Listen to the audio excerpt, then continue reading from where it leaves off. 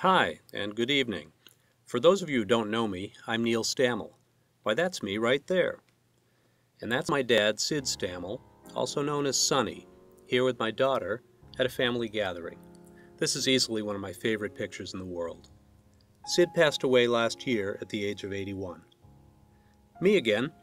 So rather than stand up here and speak, in an effort to conserve Kleenex and actually get through this, I decided a recording might be best. Shortly after my dad's death, I discovered a cache of letters in a box hidden away at the house. Some postcards, mostly letters, all addressed to his parents in Chelsea, Mass. They came from France, Germany, and Czechoslovakia, everywhere he was stationed in Europe during the war. He was there for just over a year in 1945.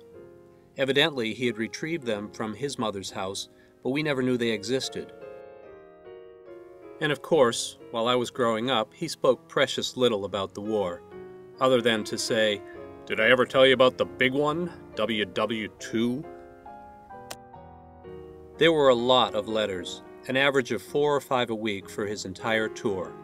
Each one is signed, "All my love, Sonny." And there were photos taken with his precious Leica that he had won in a card game. What an amazing chance for me to get to know my father as a 19-year-old, to discover some of what he experienced, how he felt, and what he was thinking during this extraordinary year of his life. I transcribed all the letters and look forward to publishing them as a little book for my family. This picture was actually familiar to me because there was an 8x10 of it in my house while I was growing up. But now I could actually see the day that it was taken in a studio in Czechoslovakia.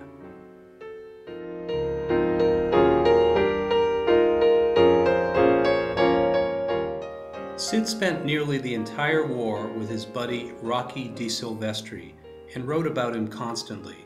This was a name that we used to hear growing up. I really hope I can track down his family to share some of these stories and photos. They moved from place to place, and he always wrote about how the amenities, or the lack of amenities, were.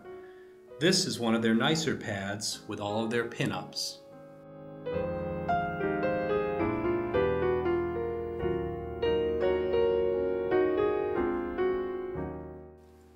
Reading the letters, Sid's war wasn't really that tough an ordeal.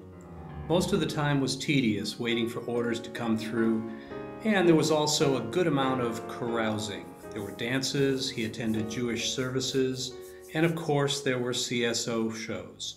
Here's Martha Tilton and even Ingrid Bergman up close. No wonder he forever loved Casablanca. Don't know what's up with this one though. He wrote on the back, "Fraternizing with the Dutch girls." Late in his tour, Sid even got to take some art classes in Germany. And naturally, where there are art classes, there are also models to watch coming out after the sessions. But there was also a war on after all, and work to be done. He wrote about moving displaced persons, of the devastation and desperation of the people and the towns, and of transporting prisoners of war.